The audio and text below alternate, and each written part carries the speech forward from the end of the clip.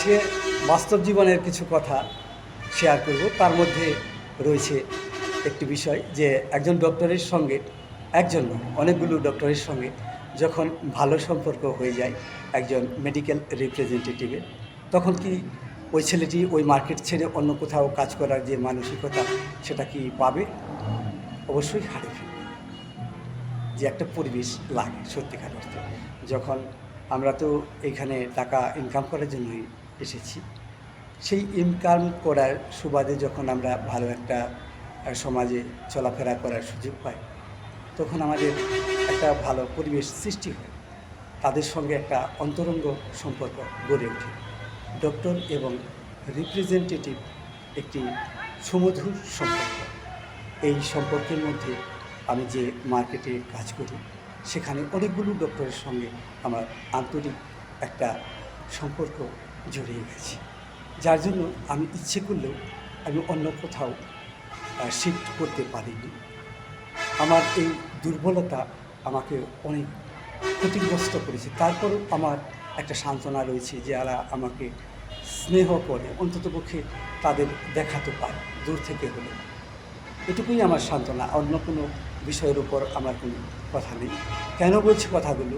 যে কাজ করতে এসে আমরা যারা মেডিকেল রিপ্রেজেন্টেটিভ রয়েছি, কাজ করতে এসে আমরা যদি সুনামের পরিবর্তে আমাদের নিজেদের জীবনে দুর্নামই বয়ে নিয়ে আসি, তাহলে আমাদের চাকরি করতে আসাটা কি সৌভাগ্যের জন্য কোনো ভালো কোনো বার্তা? না।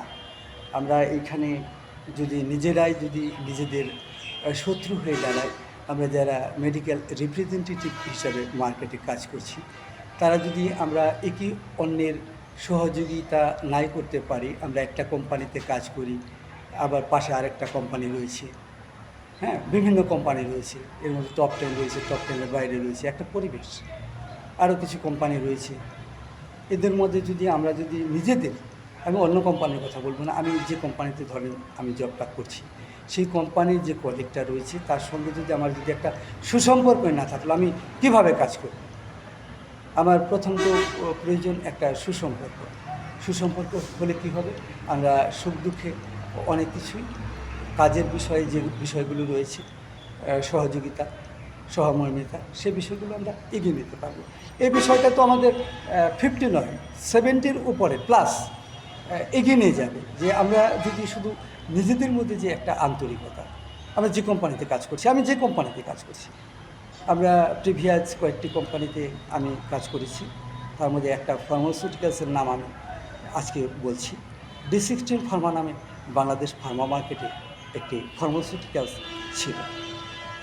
আজও যারা D16-এ কাজ করত তাদের কোম্পানিটা বন্ধ হয়ে গেছে, কিন্তু তাদের যে কাজের যে প্যাটার্নটা ছিল, সেই কাজের প্যাটার্নটা তারা আজও চেঞ্জ করতে পারেনি।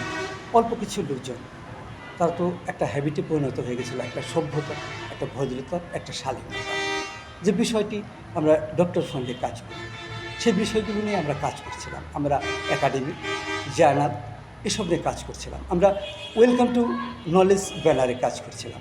সেই ব্যানারে কাজ করে আজকে আমি আমার কথাই বলবো, আমার একটা পরিবেশ প্রয়োজন ছিল, সেই পরিবেশটা আমি কোথাও পেয়ে উঠি, যার জন্য আমি নিজেকে অনেক ক্ষতিগ্রস্ত করে ফেলেছি। আজকে কথা বলার চিন্তাভাবনা করে আমি এখানে দাঁড়াই। আমি দাঁড়িয়েছি যে আমাদের দেশে যারা রিপ্রেজেন্টেটিভ হিসেবে কাজ করতে আসা যে ছেলেপিলেগুলো ইউনিভার্সিটি পাড়ি দিয়ে বিভিন্ন ভালো ভালো সাবজেক্ট থেকে আজকে এই চাকরিতে এসেছে, তাদের সঙ্গে কী ধরনের আচরণ কোম্পানির এমপ্লয়িরা করতে পারে? আমি কোম্পানির কোনো ক্লেমই করব না। কোম্পানি কেন ক্লেম করবে? কোম্পানি পর্যন্ত তো আমাকে যেতে হচ্ছে না। তার পূর্বে যারা সিনিয়র, সে পর্যন্ত গেলে তো বিষয়গুলো ক্লিয়ার হয়ে যায়। একটা রিজনের বিষয়গুলো কোথায় লুকিয়ে থাকে? একটা রিজনেই থাকবে। সেই রিজনকে যদি তদন্ত করা হয় তাহলে তো বিষয়গুলো ফুটে উঠবে। আজকে